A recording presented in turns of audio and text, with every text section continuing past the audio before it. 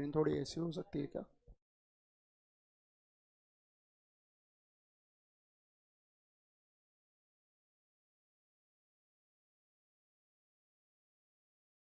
चलिए, very very good morning everyone.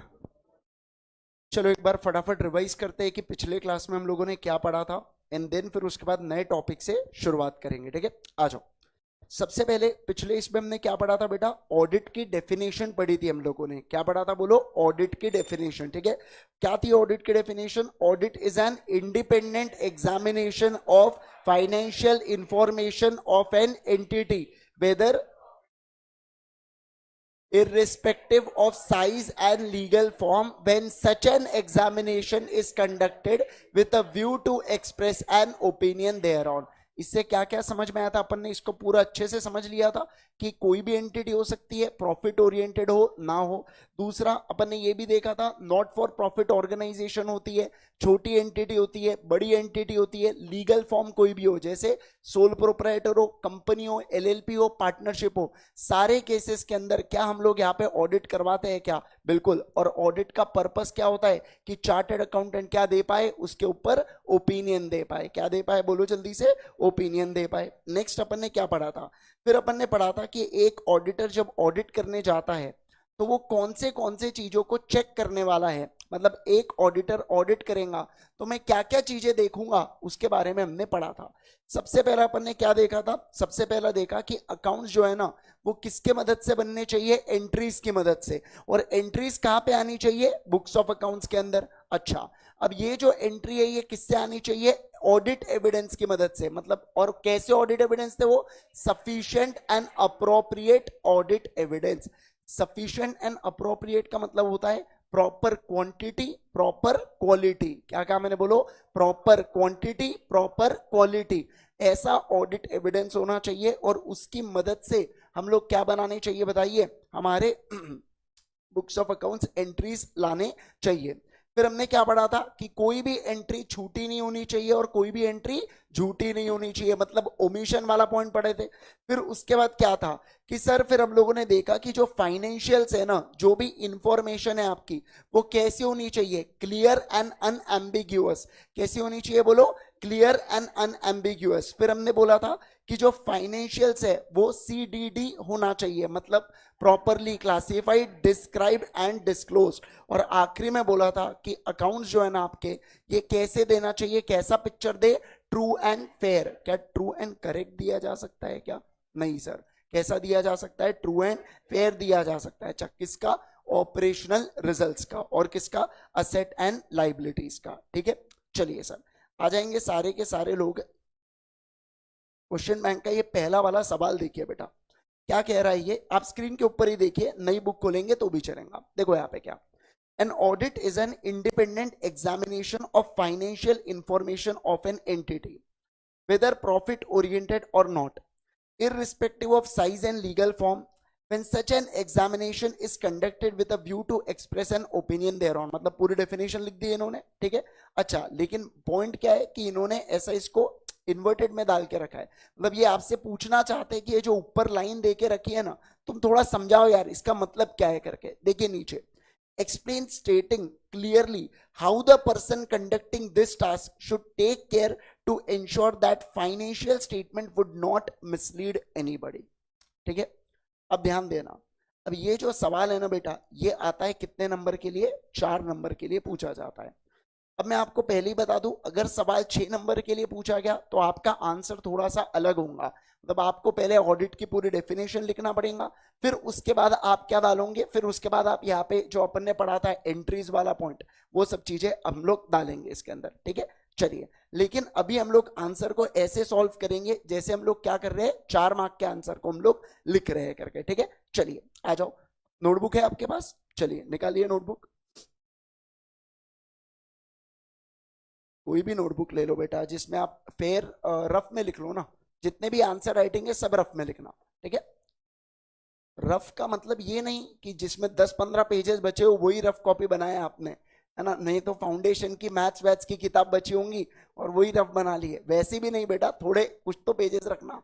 ठीक है, आओ थोड़ा सा आज मेरी आवाज हिमेश रेशमिया जैसी आ रही है, पर ठीक है, बेयर कर लेना आज के लिए।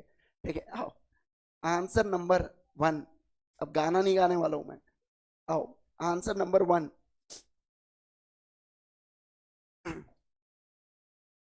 देखो, अब क्योंकि ये जो मैंने आपको सवाल बताया वो एक डायरेक्ट कैटेगरी का सवाल होता है, तो ऐसे इसमें क्या है कि आपको आंसर का अप्रोच भी कुछ उसी तरीके से लिखना है।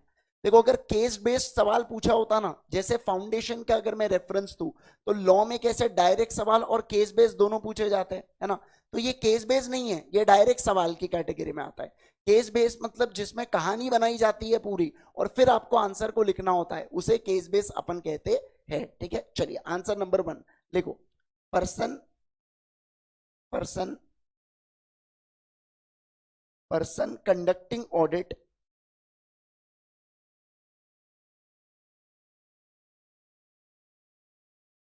must ensure about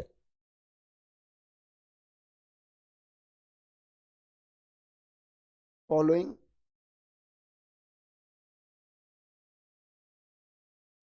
things। First,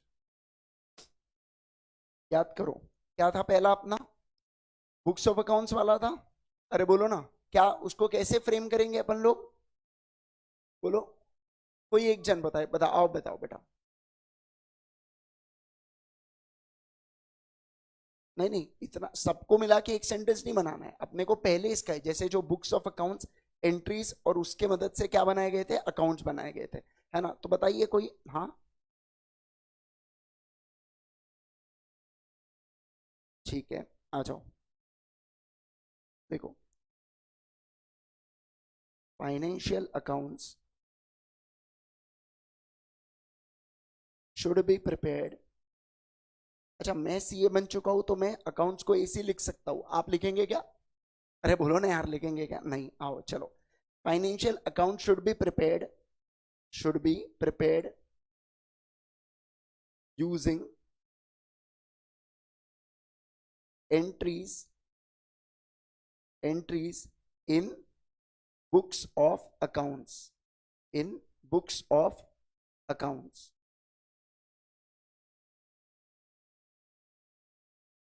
हो गया। चलिए अगला सेकंड में क्या था बताइए। एंट्रीज किससे आनी चाहिए? Sufficient and appropriate audit evidence. लिखो, entries should be passed entries should be passed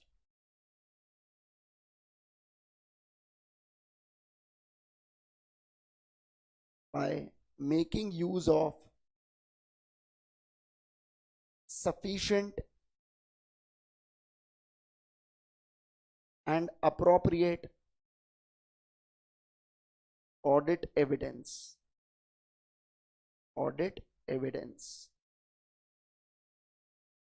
तीसरा, in the process of compilation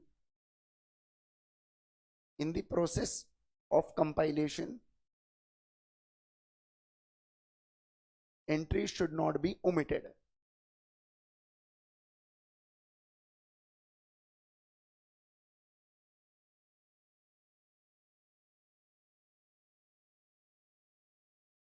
चलो चौथा बताओ, 4 पॉइंट क्या था? क्लियर एंड अनएम्बिग्यूअस था, है ना। फाइनेंशियल रिकॉर्ड्स या financial statement should present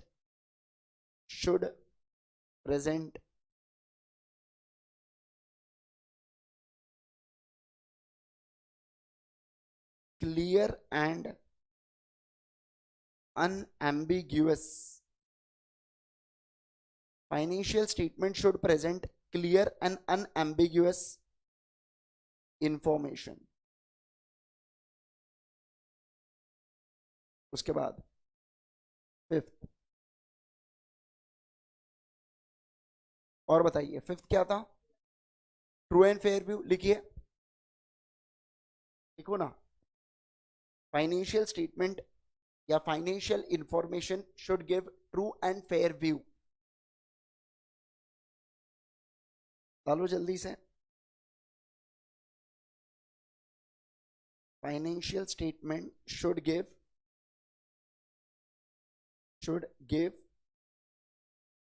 true and fair view of किसका? देखो पीएनएल को इन्होंने क्या बोला था? ऑपरेशनल रिजल्ट्स, है ना, बस टेक्निकल टर्म है। मतलब क्या होता है कि डे टू डे ऑपरेशन से जो आपने पैसा कमाया वो काहे में डालते हो आप लोग? पीएनएल में डालते हो, बराबर ना? तो उसको टेक्निकल भाषा में क्या लिखा है उन्होंने? ऑपरेशनल रिजल्ट्स डालिए। Financial statement should give true and fair view of operational result and asset and liability है मेरे हिसाब से। चलो फिर आखिरी में क्या है बोलो? चलो आओ, सीडीडीएम है ना? यस। देखो financial amounts should be financial amounts in records should be properly classified,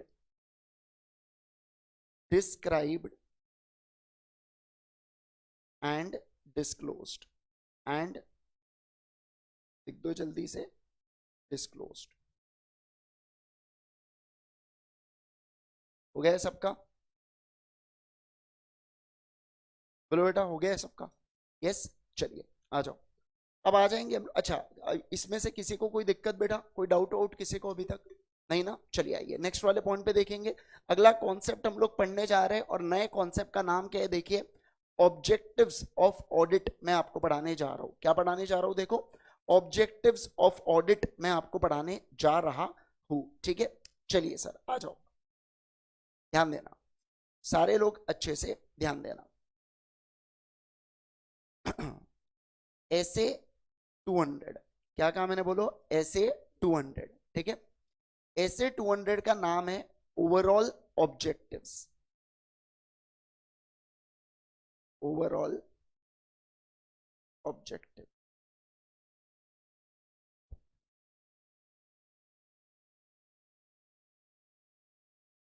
ठीक है? ध्यान दो, सबसे पहले ऐसे का मतलब क्या होता है? तो ऐसे का मतलब होता है स्टैंडर्ड ऑन ऑडिटिंग। क्या होता है बोलो? Standard on auditing. अब ये स्टैंडर्ड ऑन ऑडिटिंग का क्या अर्थ है आप समझ लो, यहां पे ध्यान देना।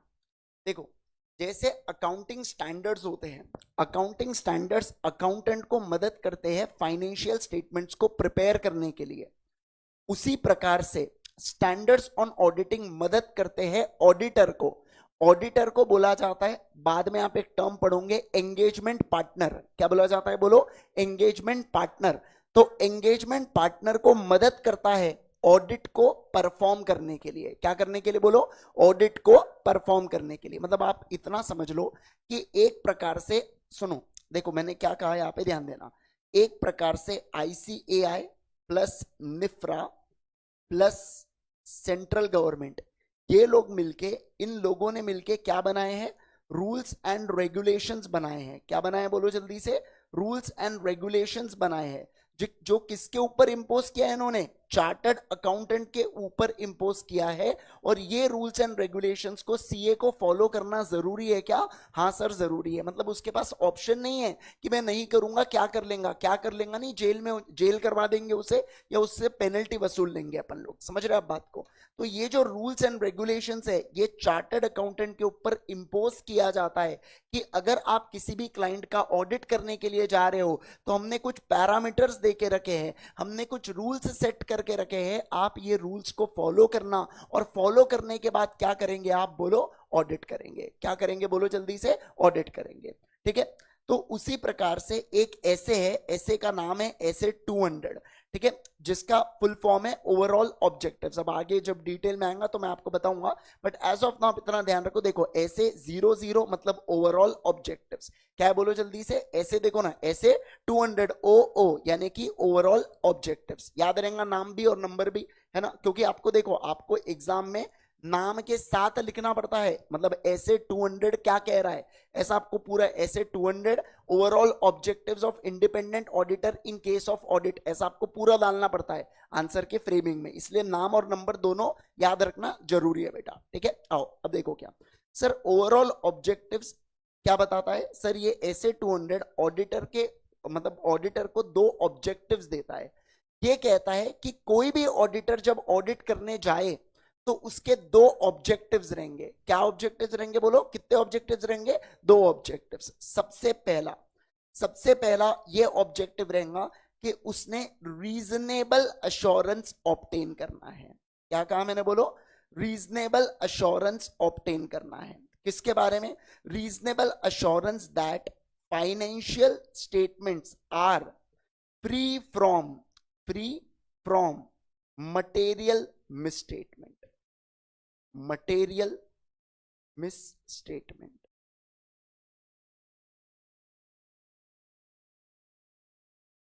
देखो मैंने क्या कहा, मैंने कहा कि ऐसे 202 ऑब्जेक्टिव बताता है, पहला ऑब्जेक्टिव उसका यह है कि रीजनेबल अश्योरेंस ऑडिटर ने ऑब्टेन करना चाहिए कि financial statements are free from material misstatement.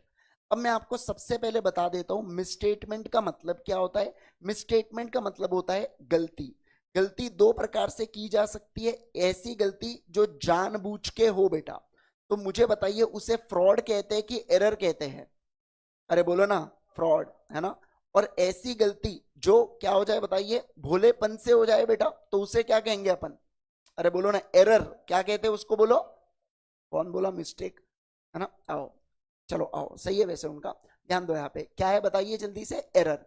तो सुनो इनका क्या कहना है, इनका कहना है कि ऑडिटर को कॉन्फिडेंस ऑब्टेन करना है कि गलती कैसी नहीं है, मटेरियल मिसस्टेटमेंट नहीं है। क्या कहा मैंने बोलो, मटेरियल मिसस्टेटमेंट। आप समझो मिसस्टेटमेंट का मतलब होता है गलती। अब देखो 2-5 हजार रुपए की गलती होंगी, उससे ऑडिटर को आप जबरदस्ती तकलीफ दोगे क्या, नहीं सर। कल आपको याद है कि एक के पास 1000 रुपए थे, एक के पास 10 रुपए थे, 5 रुपए खो गए, 5 रुपए खो गए, मटेरियल कौन सा अमाउंट था, जिसके पास 10 रुपए थे। आप समझ रहे हैं आप बात को, है ना। तो यहाँ पे इनको जो ऑडिटर को लेना देना है ना, छोटे मोटे मिस्टेक से लेना देना नहीं है, ऑडिटर को लेना देना है बड़ी गलतियों से, यानी कि मटेरियल मिसस्टेटमेंट से। किससे बोलो जल्दी से, मटेरियल मिसस्टेटमेंट से। क्या आप बात को समझ पा रहे हैं मैं जो कह रहा हूं, है ना। यस अब देखो क्या रीजनेबल अश्योरेंस हम लोगों ने पढ़ा था, ऑडिटर कैसा व्यू देता है, ट्रू एंड फेयर व्यू। कैसा व्यू देता है बोलो, ट्रू एंड फेयर व्यू, बराबर है ना। ट्रू एंड फेयर का मतलब होता है अच्छा खासा भरोसा या पूरा पूरा भरोसा, अच्छा खासा भरोसा, बराबर है ना। Exactly exactly. अब देखो क्या, उसी प्रकार से मैं आपको बता दूं कि जो अश्योरेंस होते हैं ना, ये दो प्रकार के होते हैं। इसे एक होता है रीजनेबल अश्योरेंस और एक होता है एब्सोल्यूट अश्योरेंस। एब्सोल्यूट अश्योरेंस का मतलब होता है 100% भरोसा, इसी का मतलब होता है ट्रू एंड, बोलो करेक्ट, और रीजनेबल मतलब ट्रू एंड फेयर। तो ऑडिटर ने कैसा अश्योरेंस ऑब्टेन करना है बेटा, बोलो रीजनेबल अश्योरेंस। कैसा अश्योरेंस बोलो, रीजनेबल अश्योरेंस। समझे आप वर्ड को, देखिए तो क्या हुआ ओवरऑल ऑब्जेक्टिव्स क्या कहता है, ये कहता है to obtain reasonable assurance that जो फाइनेंशियल स्टेटमेंट है, यानी कि बैलेंस शीट, पीएनएल और ये जितने भी अपने कैश फ्लो स्टेटमेंट, ये सब चीजें आर फ्री फ्रॉम, मतलब इसके अंदर क्या नहीं होना चाहिए बोलो, मटेरियल मिसस्टेटमेंट नहीं होना चाहिए। अब ये मटेरियल मिसस्टेटमेंट चाहे फ्रॉड से आ जाए या एरर से आ जाए, हमें उससे फर्क नहीं पड़ता, हमें मुझे बताइए ना, हमें क्या नहीं चाहिए, मटेरियल मिसस्टेटमेंट नहीं चाहिए। क्या नहीं चाहिए बोलो, मटेरियल मिसस्टेटमेंट नहीं चाहिए। समझ रहे आप बात को, यस ठीक है। ये पहला ऑब्जेक्टिव है ऑडिटर का, कि अगर आप ऑडिट करने के लिए जा रहे हो तो आपको देखना है, आपको कैसा भरोसा ऑब्टेन करना है, रीजनेबल। हम ये नहीं बोलते कि आप 100% श्योर हो जाओ कि फाइनेंशियल स्टेटमेंट में कुछ गलतियां ही नहीं है करके, थोड़ी बहुत गलतियां रहने वाली है। जैसे अब देखो यार, रिलायंस के केस में अगर मैं बात करूं, 2,70,000 के 70,000 करोड़ के एसेट है उसमें। अब मान लो अगर उसके अंदर 1-2 करोड़ के एसेट अगर कम भी हो गए होंगे, तो आप सोच के बताइए क्या मेरे लिए वो मटेरियल अमाउंट है क्या, नहीं। लेकिन 100-200 करोड़ के अगर असेट, 100-200 करोड़ लेकिन 2,71,000 भी है, तो वो भी मटेरियल हुआ क्या? नहीं हुआ। समझ रहे आप बात को? लेकिन अगर 1,000, 1,500, 2,000 करोड़ होंगे तो मैं बोल सकता हूँ हल्का फुल्का थोड़ा सा मटेरियल हो रहा है करके। लेकिन बात यह है कि वो अमाउंट कितना है, वो 2,71,000 है ना वहां पे, इसलिए अपने को ये अमाउंट बड़ा छोटा छोटा लग रहा है, भली वो करोड़ों में बात जा रही है। तो समझ पा रहे हैं आप बात को? यस, आ जाइए देखो क्या। तो तो हमें क्या करना है, रीजनेबल अश्योरेंस ऑब्टेन करना है कि फाइनेंशियल स्टेटमेंट में क्या गलतियां नहीं है, बोलो, मटेरियल गलतियां नहीं है। चलिए अगले पॉइंट पे ध्यान देंगे, सेकंड पॉइंट पे आ जाओ। Second point, to report and communicate.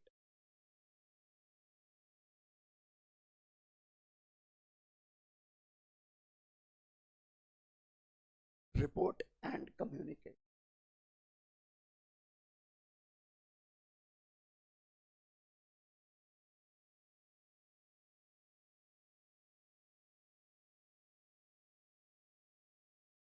हो गया?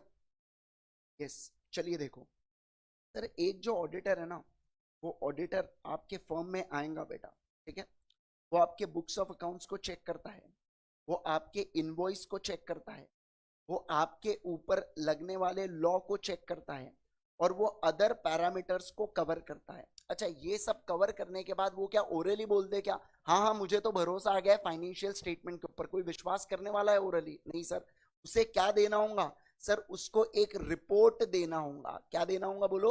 रिपोर्ट देना होगा। और इस रिपोर्ट के अंदर वो क्या देता है अपना, बोलो जल्दी से, ओपिनियन देता है। क्या देता है बोलो?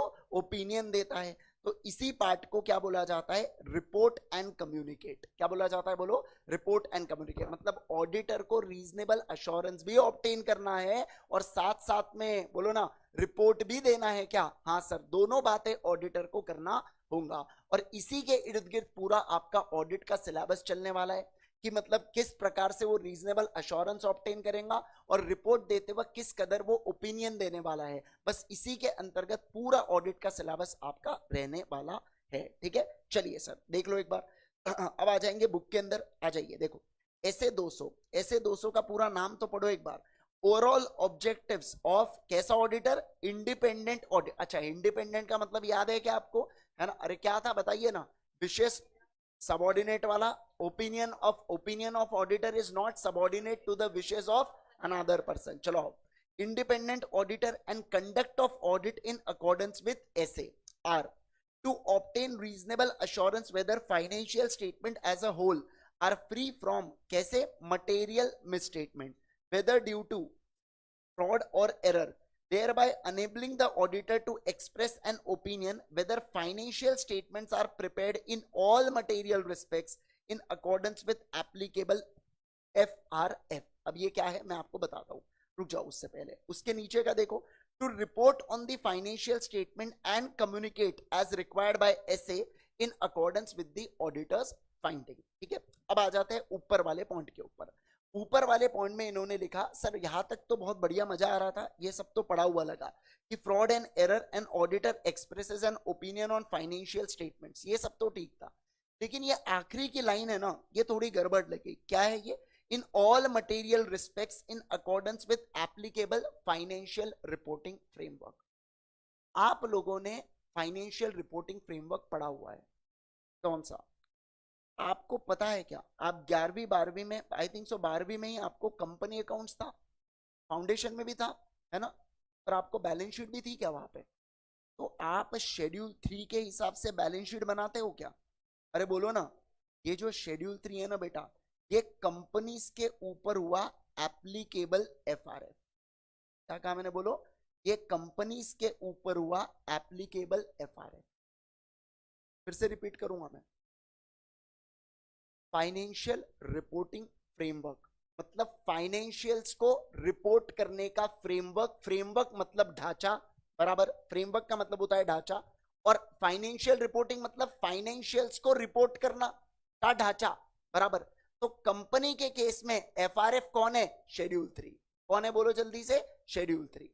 आप लोगों ने इलेक्ट्रिसिटी कंपनी के या बैंकिंग कंपनी के भी कुछ पढ़े हैं बैलेंस शीट वगैरह बीकॉम वगैरह के अंदर? कुछ आपका जैसे चालू हुआ होगा शायद बीकॉम वगैरह, है ना?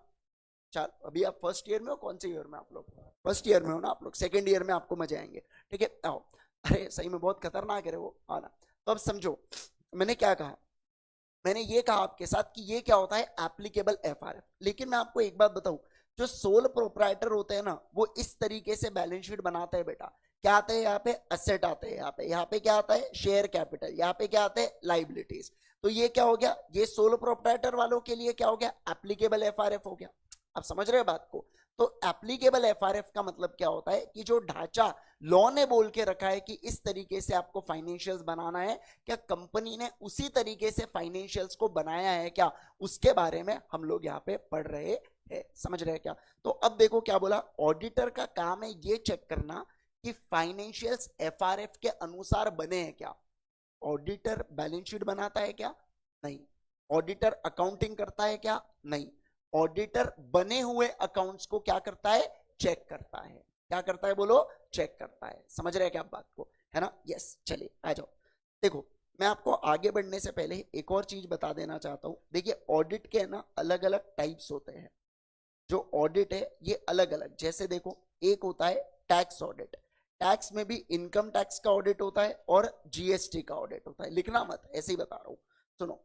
दूसरा होता है इंटरनल ऑडिट होता है।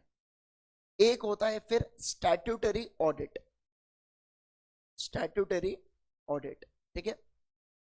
फिर एक होता है बैंक ऑडिट। फिर एक होता है स्टॉक ऑडिट।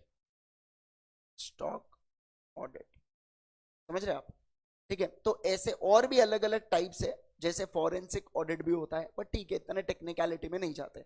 अब देखो क्या, ये जो जीएसटी ऑडिट और इनकम टैक्स ऑडिट है, इसके बारे में आई थिंक सो आप लोग इनकम टैक्स में थोड़ा बहुत पढ़ोगे, है ना? 44 AB ऐसा कुछ कुछ आएगा, जिन्होंने पढ़ा होगा, नहीं पढ़ा होगा उनको भी आ जाएगा, ठीक है? यस। तो ये खैर अपना भी रोल नहीं है। मैं आपके साथ जो यहाँ पे बात कर रहा हूँ ना बेटा, ये स्टैट्यूटरी ऑडिट के बारे में बात कर रहा हूँ मैं। देखो इंटरनल ऑडिट में क्या होता है, आप ऐसा समझो ऑडिटर को अपॉइंट किया जाता है 100% ट्रांजैक्शन को चेक करने के लिए, डे टू डे अफेयर्स को चेक करने के लिए। इंटरनल ऑडिटर, समझना, इंटरनल ऑडिटर को मैनेजमेंट अपॉइंट करता है। मतलब अगर मैं इंटरनल ऑडिटर के लिए अपॉइंट हुआ तो मुकेश अंबानी ने मुझे अपॉइंट किया होगा या बोर्ड ऑफ डायरेक्टर्स ने मुझे अपॉइंट किया होगा। समझ रहे आप बात को?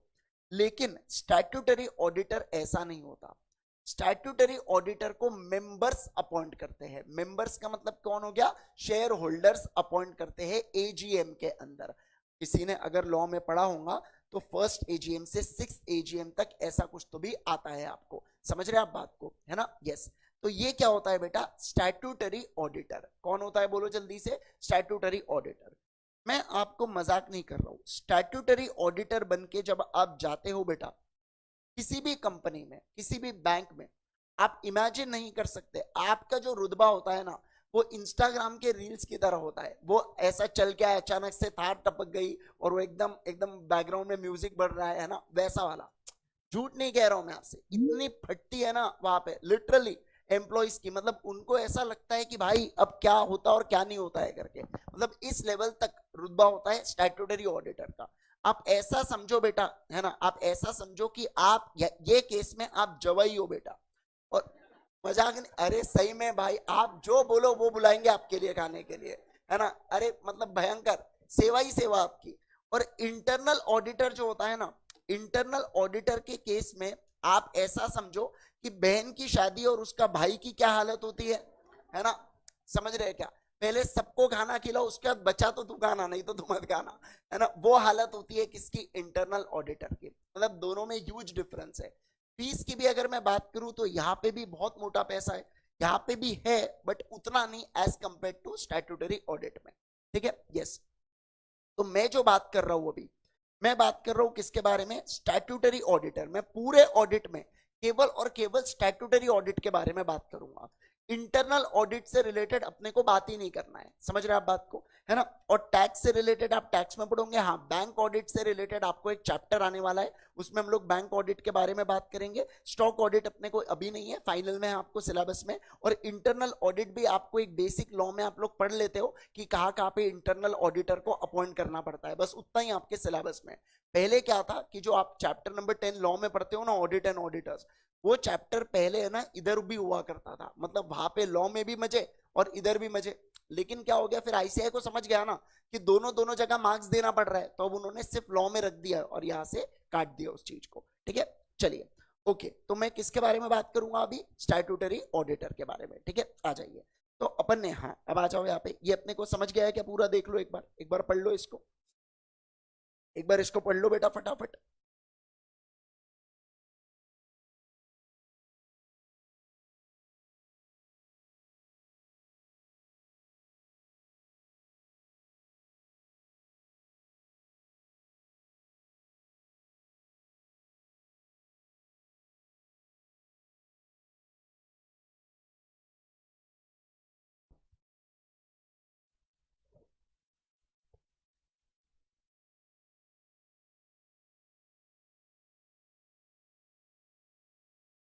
डन है, आ जाइए एनालिसिस में पढ़ते हैं क्या दिया जा रहा है यहाँ पे, आ जाओ।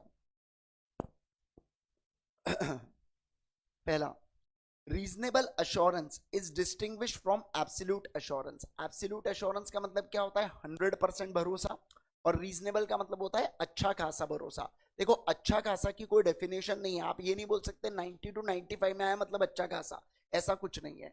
वो ऑडिटर के मैटर ऑफ फैक्ट के बारे में, सर्कमस्टांसेस ऑफ द केस के ऊपर डिपेंड करता है वो, ठीक है। आओ अब देखो, absolute assurance is a complete assurance, complete का 100%, or a guarantee that financial statements are free from material misstatement. However, reasonable assurance is not a complete guarantee, although it is a high level of assurance but not a complete assurance. Mark करो इसको, MCQ ऐसा side में लिख के रखो। चलो आगे, next point, audit of financial statement is carried out by the auditor with professional competence and skills in accordance with SA। क्या बोल रहे हैं ये समझो। इनका कहना है कि कोई भी एरा गहरा व्यक्ति आके ऑडिट नहीं कर सकता, हमें प्रोफेशनल कंपिटेंट पर्सन चाहिए। मतलब कौन, सीए प्लस सीओपी जिसके पास हो ना, वो एक कंपिटेंट पर्सन होता है ऑडिट करने के लिए।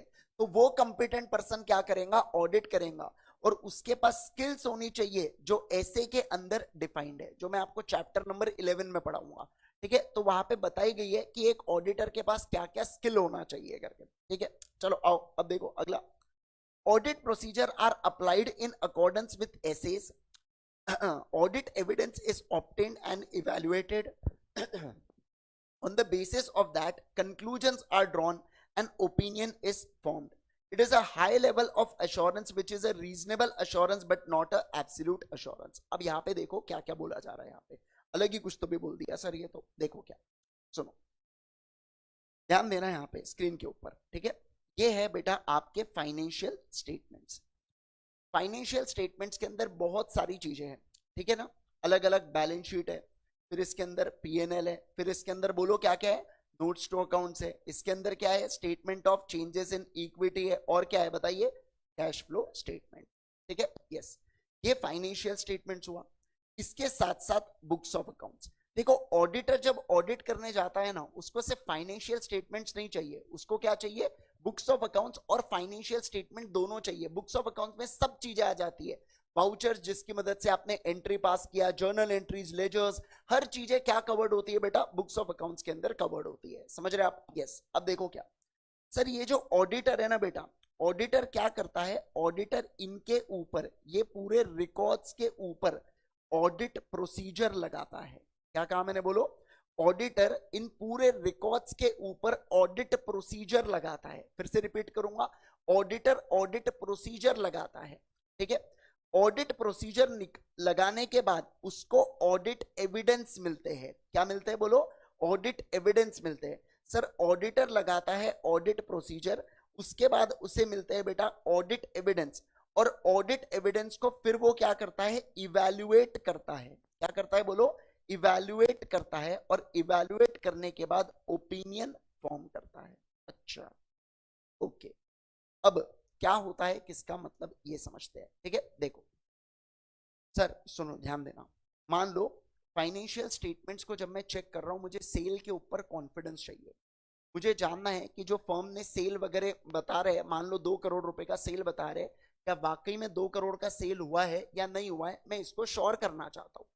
तो आपके हिसाब से मैंने क्या करना चाहिए, जरा कोई मुझे बता सकता है। मुझे सेल के ऊपर कॉन्फिडेंस ऑब्टेन करना है, क्या करूं मैं? इनवॉइस चेक करूं मैं, और कुछ ऐसा? स्टॉक ठीक है, परचेज भी ठीक है, और हाँ बेटा, कोई कोई टैक्स वैक्स को जोड़ वोड़ सकता है, जीएसटी वीएसटी का? जीएसटी हुआ है आप लोगों का? अच्छा ठीक है, कोई नहीं फिर।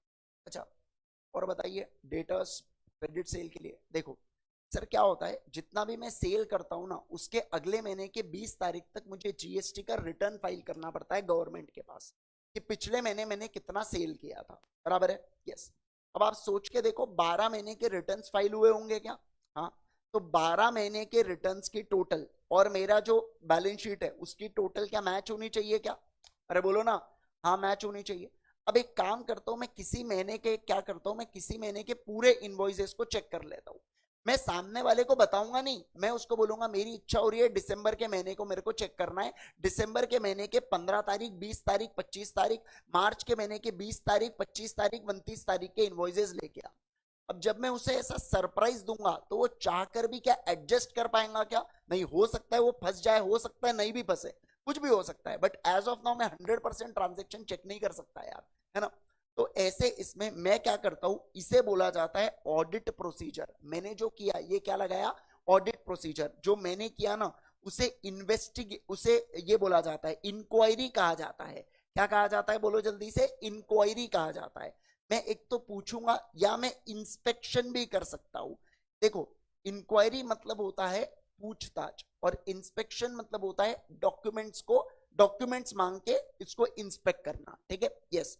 तो इंक्वायरी या इंस्पेक्शन लगाऊंगा तो बदले में मुझे कुछ ना कुछ तो रिजल्ट मिलेंगे ना।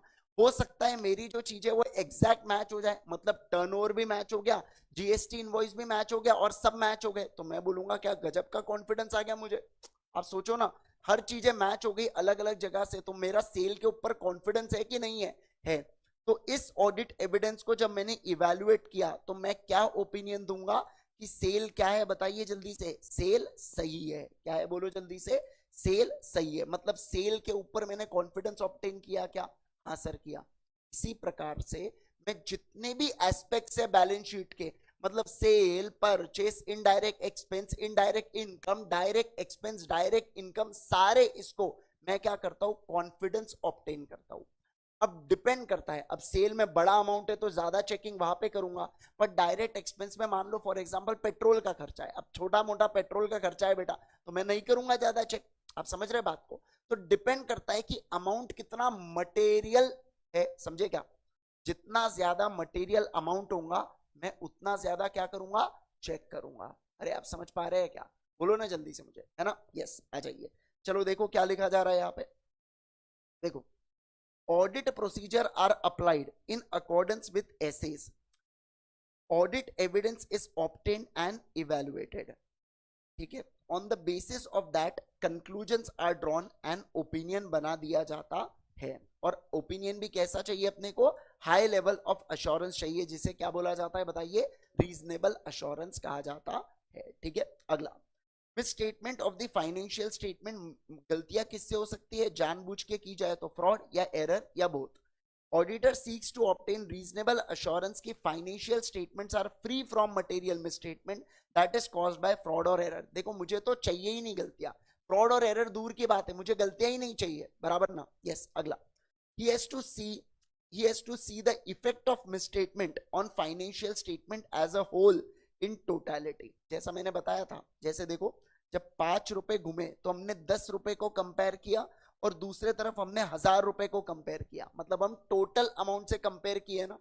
5 एज अ एब्सोल्यूट फिगर को हमने कंपेयर किया क्या किसी से, ना जी ना। ठीक है, अगला obtaining reasonable assurance that financial statements are in accordance with applicable, बताइए क्या, एफआरएफ, मतलब कंपनी के केस में क्या, बोलो बेटा, शेड्यूल 3, ठीक है। आ जाओ अगला। The opinion is reported and communicated in accordance with the audit findings through a written report, as required by SA। मतलब जो भी आपका फाइंडिंग्स निकला है उसको आप प्रॉपरली रिपोर्ट करके बताते हो, प्रॉपरली रिपोर्ट करोगे एंड आप हैंड ओवर करते हो क्या, यस सर। जैसे देखो, अगर मैं कहूँ आपके साथ, ये है बेटा रिलायंस, ये फाइनेंशियल स्टेटमेंट्स, और इसी के अंदर आपको इसके क्या दिखेंगे, इंडिपेंडेंट ऑडिटर्स की आपको रिपोर्ट देखने मिलेंगी। जस्ट अ सेकंड,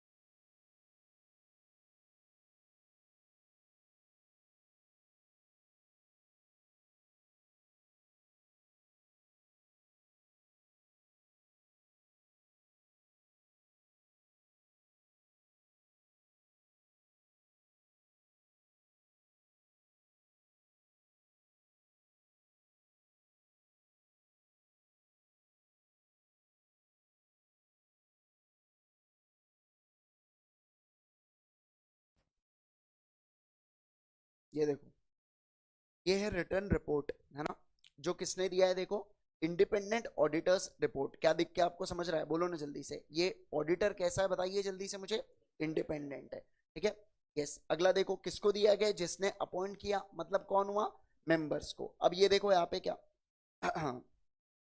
यहाँ पे पढ़ना, we have audited the standalone financial statement of Reliance Industries Limited, which includes joint operation, comprises on the balance sheet, statement of P&L, cash flow, SOKI and notes to accounts। मतलब ये क्या बोल रहा है, financial statements के बारे में बात कर रहा है बेसिकली, ठीक है। अब देखो यहाँ पे, इन अवर ओपिनियन, जो भी है ये, अच्छा ये वाला देख लो, ये मेन की बात है अपने लिए, क्या कौन सा व्यू दे रहा है बताइए, ट्रू एंड फेयर व्यू। समझ रहे हैं आप बात को, मतलब जो हम लोग पढ़ रहे हैं ऐसा तो नहीं है कि सिर्फ किताबों में पढ़ रहे हैं, ये एक्चुअल में क्या होता है, इम्प्लाई होता है, ठीक है। चलिए सर आ जाएंगे, अब आ जाओ अपने मॉड्यूल के ऊपर। प्लीज एक बार गो थ्रू कर लो जो अपन ने पढ़ा है, फटाफट उसको गो थ्रू कर लो और जल्दी से लिख लो अपने नोटबुक में, आपके फेयर नोटबुक में ये वाले चार्ट को कॉपी कर लो। कहा गया वो, हाँ।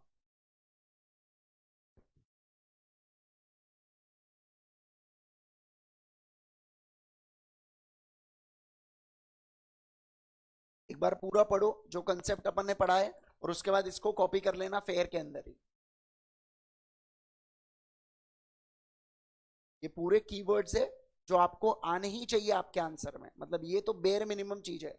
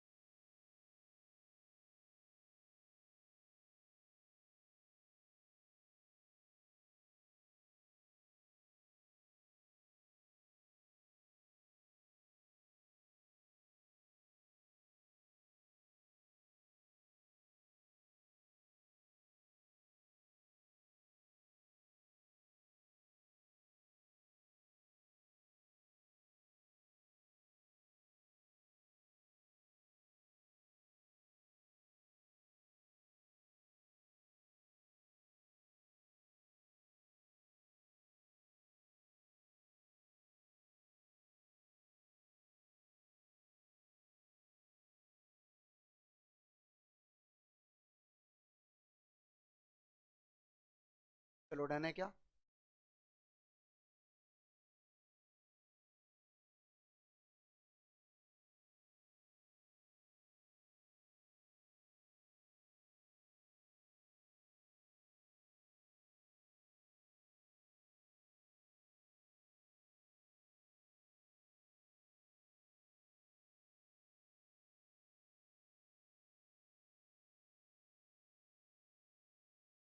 किसी को कोई कोई क्वेश्चन, कोई भी सवाल किसी को?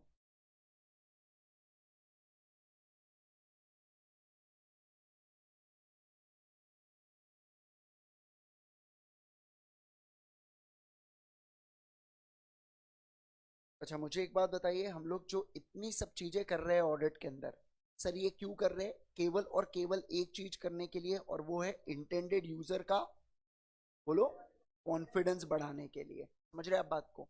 और इंटेंडेड यूजर को कॉन्फिडेंस कब आएगा? जब कैसा अश्योरेंस आप देंगे? हाँ, ट्रू एंड फेयर व्यू वाला, मतलब रीजनेबल अश्योरेंस। ठीक है,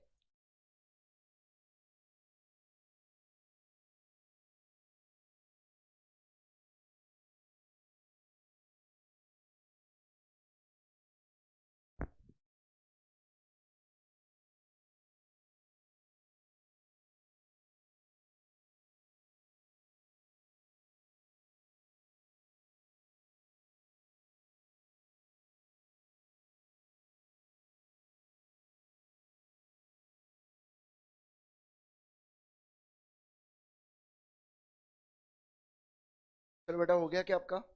लिख लिया आप लोगों ने? पढ़ लिया एक बार इसको? चलो आ जाओ, चलो नेक्स्ट पॉइंट के ऊपर चलेंगे अभी। आओ सारे के सारे लोग ध्यान दो। देखो हम लोग क्या पढ़ने जा रहे हैं अभी।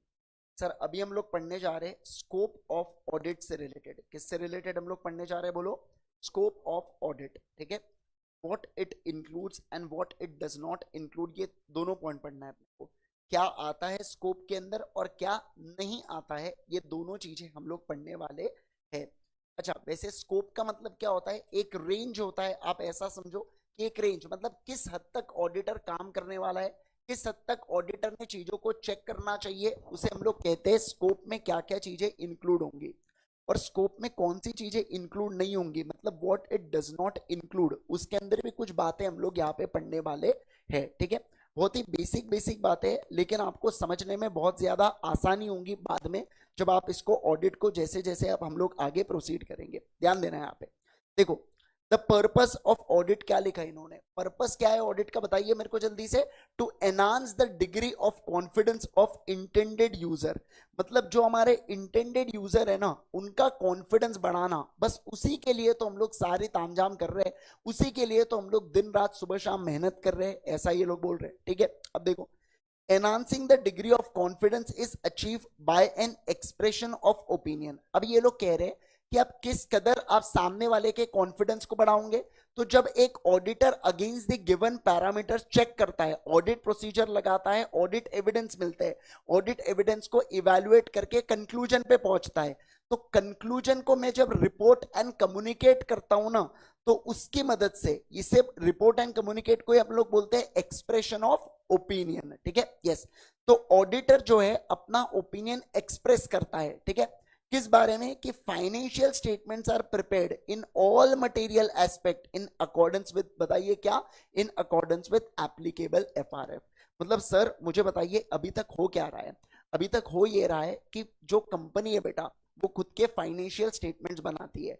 किसके अनुसार बनाती है? एएस के अनुसार बनाती है, लॉ के अनुसार बनाती है, जो उनको एफआरएफ देता है। ऑडिटर जाता है, चेक करता है अगेंस्ट द गिवन पैरामीटर्स, मतलब लॉ क्या कह रहा है और जो कंपनी ने फॉलो किया सेम है क्या? सेम है, तो ऑडिटर अपना क्या देगा, बोलो जल्दी से? ओपिनियन देगा। इस ओपिनियन से किसका कॉन्फिडेंस बढ़ेगा? इंटेंडेड यूजर का कॉन्फिडेंस बढ़ेगा। क्या सबको इतना क्लियर है अभी तक? ये वही बातें बार बार गोल गोल घुमा रहे हैं क्या? अरे बोलो ना, सेम सेम लिखा है कंटेंट। चलो आ जाओ, अब देखो, अब बात करेंगे स्कोप ऑफ ऑडिट के अंदर क्या क्या आने वाला है। ठीक है, पहला, coverage of all aspects of the entity. मुझे बताइए, मैं ऑडिट करने जाऊंगा तो मैं ऐसा करूं क्या कि सिर्फ असेट साइड इंपॉर्टेंट है तो असेट साइड को ही चेक करूंगा, लाइबिलिटी को छोड़ दूं? अरे बोलो ना, लाइबिलिटी नहीं करूं क्या? मैं ऐसा करूंगा क्या? नहीं। मुझे ओपिनियन किस पे देना है? फाइनेंशियल स्टेटमेंट्स पे। और फाइनेंशियल स्टेटमेंट्स में क्या असेट, लाइबिलिटी, इनकम, एक्सपेंस सब चीजें आती है क्या? हाँ, मतलब क्या ऑल एस्पेक्ट्स कवर होते हैं क्या? हाँ, ऑल एस्पेक्ट्स कवर होते हैं। तो क्या बोल रहा है, देखो कि सर जब आप ऑडिट करने जाओगे, देखो scope of audit of financial statements, जब आप ऑडिट करने जाते हो फाइनेंशियल स्टेटमेंट्स का, तो आपको ऑल एस्पेक्ट्स को कवर करना है। किसको कवर करना है, बोलो? ऑल एस्पेक्ट्स को। देखो, It should be organized adequately to cover all aspects of an entity relevant to financial statement being audited. मतलब क्या कि सर जितनी भी चीजें रेलेवेंट है ना वो सारे एस्पेक्ट्स को आप कवर करोगे। अब मैं आपको एक एग्जांपल देके यहाँ पे मैं पूछना चाहता हूँ आपसे, सुनना, ध्यान देना।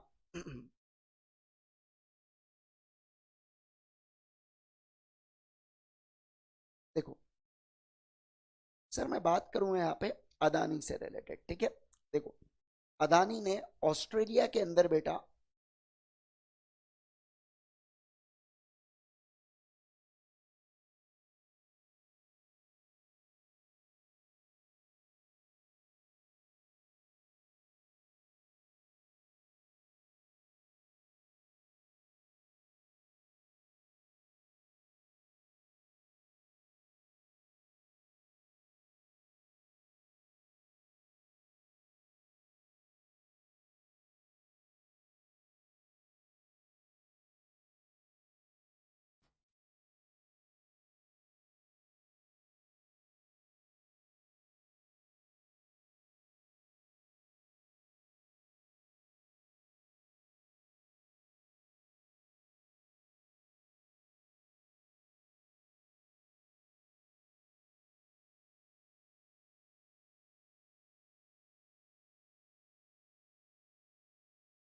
क्या नहीं ना चार्जिंग, अब ले भी नहीं रहा है वो चार्जिंग।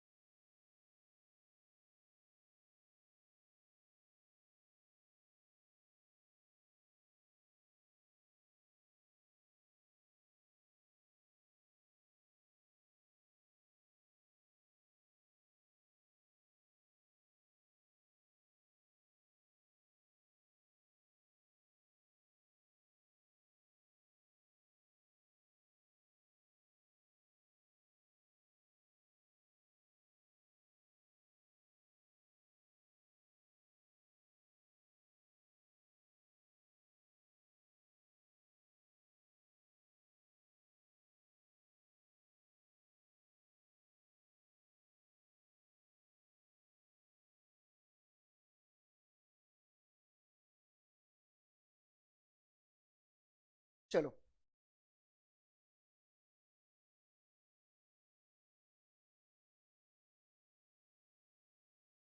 हाँ ध्यान दो यहाँ पे। चलो सुनो सुनो, देखो क्या ये लोग क्या बोल रहे हैं यहाँ पे, देखिए कवरेज ऑफ ऑल एस्पेक्ट्स के अंदर ध्यान दीजिएगा। सर मैं ना अदानी का मैंने पिछले साल भी ऑडिट किया था, पिछले साल मतलब मैं अगर बात करूं 23-24, और मैं इस बार भी यानी कि 24-25 में भी क्या हूं बेटा, अदानी का ऑडिटर हूं, ठीक है। ओके, अब अदानी की है ना 23-24 में एक माइन थी ऑस्ट्रेलिया के अंदर, ठीक है, जिसका मैंने पिछले बार स्टॉक ऑडिट किया था, क्योंकि वो माइन थी उस समय ऑपरेशनल, तो मैंने उनका स्टॉक ऑडिट किया। अब इस साल है ना, वो जो है ऑस्ट्रेलिया की माइन बेटा, वो वहां पे बहुत सारे दंगे हुए, बहुत सारे वहां पे लोगों ने प्रोटेस्ट किया, तो अदानी को क्या करना पड़ा, वो माइन बंद करना पड़ा। समझ रहे हैं आप बात को? अब इस चक्कर में क्या हो गया, यहाँ पे वो जो माइन है बेटा, वो गई क्या हाथ से? हाँ सर चले गए। मतलब इस साल वो माइन ऑपरेशनल है क्या? नहीं है। अब मुझे एक बात बताइए, मैं एज अ ऑडिटर क्या जिद पकड़ के बैठ जाऊं, नहीं नहीं मैं तो ऑडिटर करूंगा, मुझे ऑस्ट्रेलिया भेजो, मुझे ऑडिट करना है करके, क्या मैं जिद पकड़ लूं यहाँ पे? नहीं। मुझे एक बात बताइए क्यों? क्योंकि अरे भैया स्कोप के अंदर तो वो चीजें इंक्लूड है जो आप ऑपरेट कर रहे हो। अरे जिसको आप ऑपरेट ही नहीं कर रहे, मुझे एक बात बताइए, जो रेलेवेंट ही नहीं है आपके फाइनेंशियल्स में, क्या आप उसका ऑडिट करने वाले हो क्या? नहीं सर, आप उसका ऑडिट नहीं करोगे। समझे आप बात को? यस। अगला दे। अच्छा, लेकिन मुझे बताइए, अगर कोई मैंने मान लो मशीनरी खरीद के रखा था जिसको मैं पुट टू यूज अगले साल करने वाला हूं, बट खरीदा मैंने इस साल, तो क्या मैं उसका ऑडिट करूंगा या नहीं करूंगा? मतलब क्या मैं उसको ऑडिट के एस्पेक्ट में कवर करूं या नहीं करूं? अरे बोलो ना। करूं। क्यों? क्योंकि वो मेरे फाइनेंशियल्स में दिखने वाली है क्या? हाँ सर दिखने वाले हैं। समझ रहे हैं आप बात को? यस। अगला देखिए क्या, पहला। तो पहला क्या बोला बताइए जल्दी से? कवरेज ऑफ कैसे aspects? All aspects. Coverage of कैसे एस्पेक्ट्स बोलो? All aspects of an entity. ठीक है। अगला, reliability and sufficiency of financial information. Reliability का मतलब होता है भरोसा। क्या होता है बोलो जल्दी से? भरोसा। और सफिशिएंसी का मतलब होता है प्रॉपर क्वांटिटी। क्या होता है बोलो जल्दी से? Proper quantity. ठीक है। अब ध्यान देना है यहाँ पे क्या, सर इनका क्या कहना है, इनका क्या कहना है कि ये जो फाइनेंशियल स्टेटमेंट्स है, balance sheet, PNL, notes to accounts, ये सब चीजें, ये किससे बनने वाले हैं बेटा? ट्रायल बैलेंस है सर। सर ये ट्रायल बैलेंस किससे बनने वाला है बताइए? बुक्स ऑफ अकाउंट से। क्या मैं बुक्स ऑफ अकाउंट से एक ब्रॉड व्यू लिख देता हूं ना, जर्नल भी आ गए, लेजर भी आ गए, सब कवर हो गया इसके अंदर, बराबर ना? यस। सर ये बुक्स ऑफ अकाउंट्स के अंदर जो चीजें आई होंगी, क्या इसके अंदर वाउचर भी आए होंगे क्या? अरे बोलो ना। जैसे फॉर एग्जाम्पल बिल हुआ, है ना, तो बिल हुआ या गेटवे पास हुआ, ऐसे अलग अलग डॉक्यूमेंट्स होंगे जिसकी मदद से एंट्रीज की गई होंगी बुक्स ऑफ अकाउंट्स में, फिर ट्रायल बैलेंस बना और फिर फाइनेंशियल स्टेटमेंट्स बने। मानते हो कि नहीं मानते हो इस बात को? यस।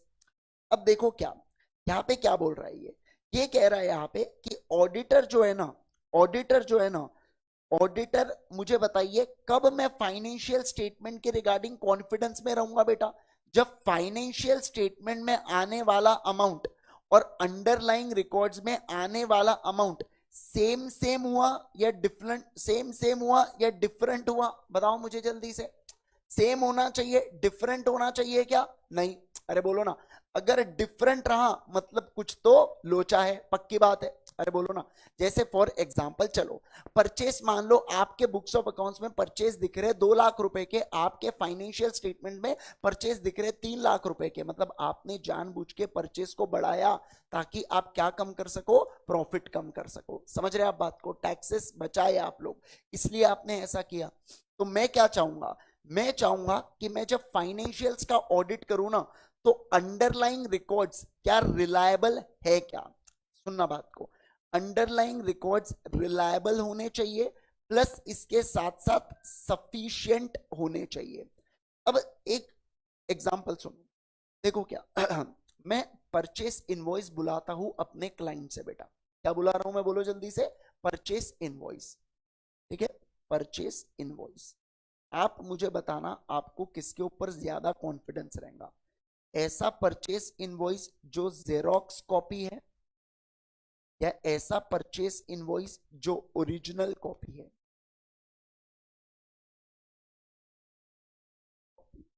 अरे लिखने से पहले जवाब दिया आपने। आओ, क्या कहा मैंने बोलो जल्दी से? ओरिजिनल पे ऊपर मुझे ज्यादा भरोसा रहेगा। अच्छा मुझे एक बात बताओ कि मैंने आपसे कोई रिकॉर्ड मांगे थे, आपने मुझे डॉक्यूमेंटेड फॉर्म में दिए या आपने मुझे ओरल फॉर्म में दिए, मैं किस पे ज्यादा कॉन्फिडेंट रहूंगा? ऑब्वियस सी बात है डॉक्यूमेंटेड फॉर्म पे। क्यों? क्योंकि वो क्या एक्ट करने वाला है? प्रूफ की तरह एक्ट करेगा कल चल के।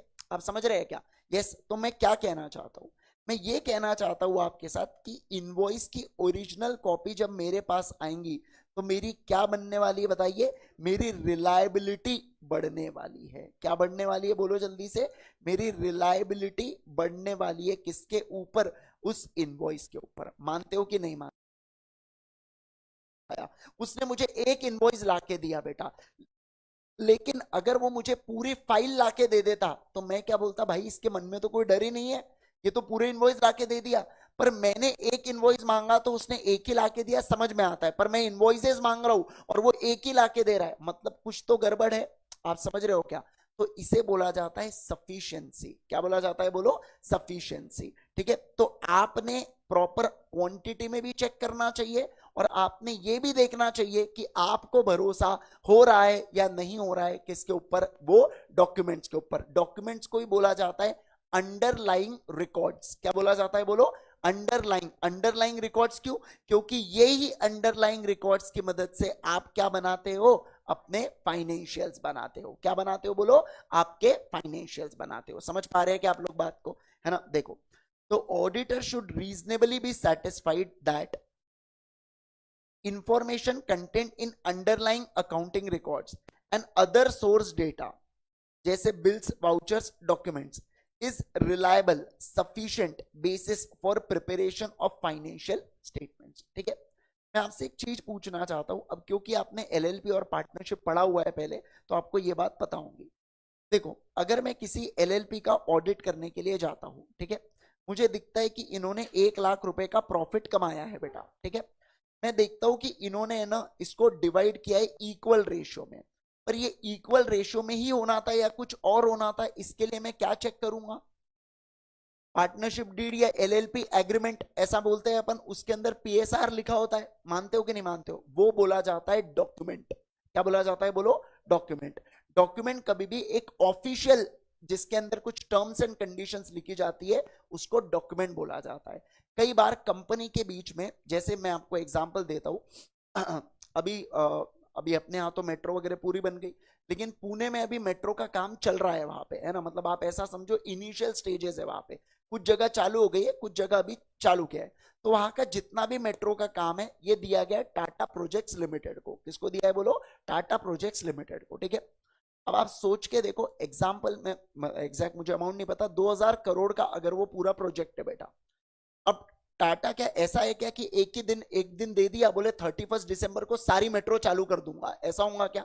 नहीं, फेजेस में काम होने वाले। जैसे नागपुर में भी काम हुआ, तो कैसे हुआ, फेजेस में काम हुआ।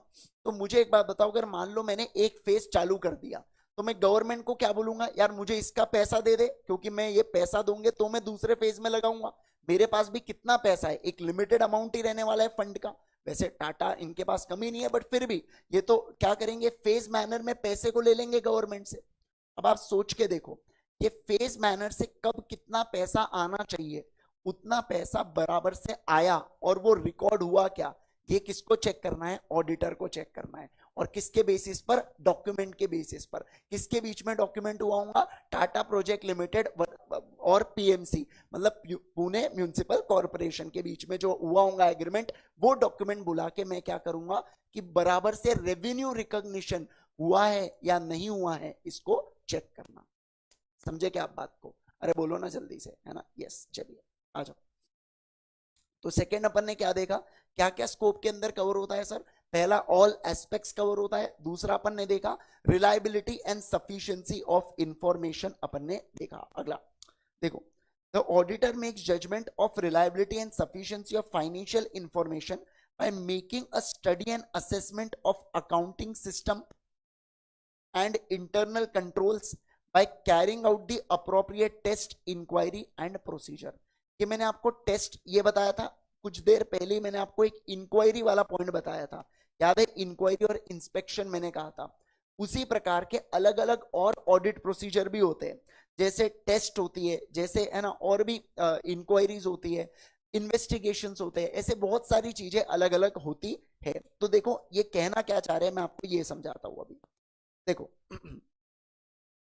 सर, कोई भी कंपनी होंगी ना, या कोई भी एंटिटी होंगी ना, हमें क्या करना है, एंटिटी के अकाउंटिंग सिस्टम को चेक करना है। जैसे अकाउंटिंग सिस्टम में क्या आता है, आपने एक शब्द सुना है क्या, टैली? अरे बोलो ना, टैली क्या है वैसे, टैली? वाओ, पर मतलब किसका सॉफ्टवेयर है, ऑपरेट किया है किसी ने? कोई है एमएस सीआईटी वगैरह वाला, ऐसा कोई? हाँ, थोड़ा बहुत किया है। कब? स्कूल वगैरह में? बीकॉम में कब से टैली आ गया? है बीकॉम में टैली? क्या बात कर रहे हो, बहुत बढ़ गया रे अपना नागपुर यूनिवर्सिटी। कब से हो गया ये सब? हाँ, मैं वही तो सोचूं नागपुर नहीं है करके, लग ही रहा था मुझे। हाँ, ठीक है। तो टैली आपने किया है, टैली तो बेटा कैसा होता है टैली का एक्सपीरियंस? अरे हंस क्यों, कंफ्यूजिंग है बोल रहा है रे भाई। नहीं नहीं, मुझे ऐसा एक्सपीरियंस नहीं चाहिए था। ठीक है, तो देखो एक्चुअली होता क्या है, टैली के अंदर आप लोग क्या करते हो, जो सामने वाली पार्टी होती है ना, उनके पूरे के पूरे फाइनेंशियल्स को सिस्टम में फीड करते हो। तो वो एक अकाउंटिंग सिस्टम होता है। क्या होता है बोलो? अकाउंटिंग सिस्टम होता है। आप समझ रहे हैं क्या बात को? है ना? यस। अब टैली एक मैनुअल सिस्टम होता है। आप चाहे तो ऑटोमेटेड सिस्टम भी रख सकते हो। अब कैसा? जैसे आप अगर मान लो मॉल वगैरह में जाते हैं, अब आपने कोई भी सामान खरीदा, उसने स्कैन किया, तो क्या आंटी पीछे टैली मारते बैठेंगे कि एंट्री एक एक? बताओ मेरे को। नहीं। तो वो वहां पे ऑटोमेटेड सिस्टम रहता है, ओरेकल ऐसे ऑटोमेटेड सिस्टम रहते हैं। जैसे अगर बैंक के केस में भी ऐसा होता है कि बराबर से 6 मंथली इंटरेस्ट की एंट्रीज पोस्ट हो जाती है अकाउंट में, जितने भी चार्जेस होते हैं पोस्ट हो जाते हैं। वहां पे इतना फुर्सत नहीं है रे लोगों के पास कि एक एक एंट्री पास करे। तो ये सब होते हैं अकाउंटिंग सिस्टम के अंदर। तो अकाउंटिंग सिस्टम में ऑटोमेटेड भी आते हैं और मैनुअल भी आते हैं। ठीक है? यस। तो अकाउंटिंग सिस्टम का मतलब समझा? क्या होता है अकाउंटिंग सिस्टम? अकाउंट्स को रिकॉर्ड करने वाला सिस्टम। क्या होता है बोलो? अकाउंट्स को रिकॉर्ड करने वाला सिस्टम, अकाउंटिंग सिस्टम। ओके। अब इसके साथ साथ अब मैं बात करूंगा आपके साथ इंटरनल कंट्रोल के बारे में। किसके बारे में बोलो? इंटरनल कंट्रोल के बारे में। ठीक है, चलो सर। अब आप सब, अब यहाँ पे कैब से हल्दीराम तो इतना पास में ही है बेटा, तो आप सभी लोगों ने कभी ना कभी जाके सॉफ्टी तो खाई होंगे वहां पे, है ना? ऐसा हुआ किसने किसने लेटेस्ट में खाया था? अरे यार जल्दी से बताओ ना यार। ऐसा अच्छा, मिठाई कौन लेने गया था, या कुछ भी ऐसा हल्दीराम से जो आपने डील करने गए? बस ऊपर नहीं, नीचे वाले इसमें। हाँ, आप मिठाई लेने गए थे, तो बेटा आप बताइए सबसे पहले क्या हुआ था? एक मिनट, एक मिनट, देखो मैं एक ऐसा ही सिनेरियो क्रिएट कर रहा हूँ। ये यहाँ पे पूरी मिठाइयाँ लगी है बेटा, है ना? ये देखो ऐसी पूरी मिठाइयाँ लगी है यहाँ पे, और यहाँ उनका कैश काउंटर होता है ना? यस। अब जो नहीं गए वो आज चले आना यहाँ पे। ठीक है? हाँ हाँ। तो यहाँ पे आपने मिठाई के वाले के पास गए होंगे, आपने पहले इसको क्या दिया? ऑर्डर दिया। ठीक है? तो उसने क्या दिया आपको? टोकन दिया। ठीक है?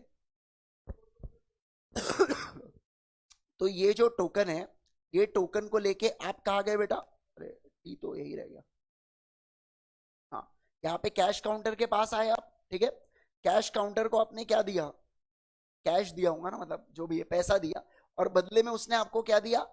In invoice. उसने मिठाई भी तभी दे दिया क्या आपको? नहीं। तो मिठाई कब दिया? बाहर आके मिठाई दिया उसने, बराबर है क्या? तो इसे बोला जाता है इंटरनल कंट्रोल। क्या बोला जाता है बोलो? Internal control. कि एक का, समझना बात को, एक का काम दूसरे के द्वारा चेक करना, दूसरा का काम तीसरे के द्वारा चेक करना। इंटरनल चेक और इंटरनल कंट्रोल दोनों का मिक्सचर हल्दीराम यूज करता है। समझे क्या आप बात को? फिर से देखो क्या होता है कि इससे मिठाई का मान लो जितनी भी क्वांटिटी डाल के टोकन डाला होगा, उतना अमाउंट तो आपने इसको पे कर दिया, हल्दीराम के पास पैसा आ गया, इनवॉइस उसने आपको दे दिया। बाहर वाला ये चेक करता है कि आपने जितना पैसा पे किया उतनी क्वांटिटी की मिठाई आप ले जा रहे क्या। उनको तो समझ में आ जाता है, पाव है, आधा किलो है, 1 किलो है, सब पता होता है उनको। वो बैग्स भी आजकल अलग अलग यूज करते हैं। आप 1 किलो की लेंगे तो देखना आपको रेड कलर की वो अलग वाली बैग देंगे, आधा किलो की यूज करेंगे तो वो वाली प्लास्टिक नहीं, वो पन्ने वाली देंगे, फट जाएंगे वो बाहर जाते बराबर, है ना? अरे मतलब, तो आप क्या होता है यहाँ पे, तो ये सब क्या है? इंटरनल चेक, इंटरनल सिस्टम्स लगा के रखे हैं इन्होंने। समझ रहे हैं बात को? मतलब क्या कि हमारे इसमें एरर नहीं होने देना, मतलब किसी भी तरीके से नुकसान। अब हल्दीराम का जो मालिक है, माना कि वो नागपुर का ही है, अब वो क्या गले पे आके बैठ जाएगा कि ऐसा हाँ करो रे बोले तुम लोग देखने दो करके? ऐसा तो नहीं। उसको तो कितने सारे ब्रांचेस चलाना है बेटा। आप समझ रहे हैं बात को? है ना? उसको बहुत मल्टीपल ब्रांचेस चलाना है उसको। तो ऐसे केस के अंदर ये क्या हुआ, ये जो हमने देखा, इसे इंटरनल कंट्रोल बोला जाता है। क्या बोला जाता है बोलो? Internal control. जैसे कैब्स के अंदर ये सीसीटीवी कैमरा लगा हुआ है, ये भी एक इंटरनल कंट्रोल है। कि कल चल के मान लो लाइट वाइट चले गई तो भी कैमरा चलते रहेगा बेटा, क्योंकि लाइट गई और आप में से एक आधा उठा के किसी ने बेंच वेंच फेंक दिया एक दूसरे के ऊपर, तो क्या करेंगे? वो टीवी लेके चलेगा घर पे, तो है ना? तो इस समझो ना यार। तो इसलिए कहाँ पे ऐसे जगह लगा रखा है जहाँ स्टूडेंट कैप्चर हो जाए। मैं नहीं हो रहा हूँ ना, हाँ मैं ले जा सकता हूँ मतलब, है ना? तो तो इसलिए देखो ये क्या है, ये भी एक इंटरनल कंट्रोल है, समझ रहे हैं आप बात को। तो ये सारे होते हैं इंटरनल कंट्रोल्स। तो ऑडिटर जो है ना वो क्या चेक करता है बेटा, इंटरनल कंट्रोल को भी चेक करता है और अकाउंटिंग सिस्टम को भी चेक करता है। वो ये देखता है कि आपके अकाउंटिंग सिस्टम कब ट्रांजैक्शन को रिकॉर्ड कर रहे हैं और कैसा रिकॉर्ड कर रहे हैं, और इंटरनल कंट्रोल्स क्या उस ट्रांजैक्शन को छूटने से रोक रहे हैं क्या, उसको भी कौन चेक करता है, ऑडिटर। समझे क्या बात को, कौन चेक करता है बोलो, ऑडिटर। यस, चलिए आइए देखो क्या, auditor makes a judgment of reliability and sufficiency of financial information by making study and assessment. देखो ऑडिटर स्टडी एंड असेस करेगा किसको, सिस्टम को एंड इंटरनल कंट्रोल को, इसके ऊपर अलग अलग प्रोसीजर्स लगा के, जैसे टेस्ट, इंक्वायरी, इंस्पेक्शन, ये सब प्रोसीजर्स होते हैं, बाद में डिटेल में आने वाले प्रोसीजर्स, बट अभी एज ऑफ आप समझ लो कि प्रोसीजर्स लगाने से एविडेंस मिलते हैं, एविडेंस को इवेल्युएट करके क्या मिलता है बोलो, कंक्लूजन मिलता है। क्या मिलता है बोलो, कंक्लूजन। फिर से बोलूंगा मैं आपके साथ, देखो सर ये होते हैं रिकॉर्ड्स, रिकॉर्ड्स के ऊपर लगाए जाते हैं ऑडिट प्रोसीजर, ऑडिट प्रोसीजर लगा के मिलते हैं ऑडिट एविडेंस, ऑडिट एविडेंस को अपन लोग करते हैं इवैल्यूएट, इवैल्यूएट करने के बाद अपन लोग बनाते हैं ओपिनियन, और ओपिनियन अपन देते हैं रिपोर्ट में, इसमें देते हैं बोलो रिपोर्ट। डन है क्या, सभी लोग बोलो डन है, यस। चलिए आ जाओ नेक्स्ट पॉइंट देखेंगे, proper disclosure of financial information. क्या बोला जा रहा है यहाँ पे बोलो, proper disclosure of financial information. Auditor को यहाँ पे डिसाइड करना है कि जो भी रेलेवेंट इंफॉर्मेशन है ये प्रॉपरली डिस्क्लोज्ड है in financial statement as per applicable statutory requirement. जैसे एग्जांपल के लिए अगर कोई कंपनी है बेटा तो उसको कंपनीज एक्ट 2013 फॉलो करना पड़ता है, बराबर है क्या। सर अगर कोई बैंकिंग कंपनी है बेटा, है ना, कौन है मैं पूरा ही लिख देता हूँ, ठीक है, बैंकिंग कंपनी है तो ऐसे केस में उसको क्या करना पड़ता है, बैंकिंग रेगुलेशन एक्ट को फॉलो करना पड़ता है। अच्छा आप लोगों ने पढ़ा है ना, मुझे एक बात बताओ, अगर कंपनीज एक्ट शेड्यूल 3 बोलता है बैलेंस शीट बनाने के लिए, और बैंकिंग रेगुलेशन एक्ट मान लो यहाँ पे बोलता है कि टी फॉर्म में बैलेंस शीट बनाओ एग्जांपल के लिए, तो आप कौन सा बनाओगे, कौन। अरे क्यों, कंपनीज एक्ट को इज्जत दो ना, कंपनीज एक्ट के सेक्शन नंबर 1 में बोला है कि बैंकिंग पे लगता है, हाँ वहां बोला है कि ओवरराइड वाला इफेक्ट पड़ा, अरे बचपन में पढ़ा है एकदम, है ना।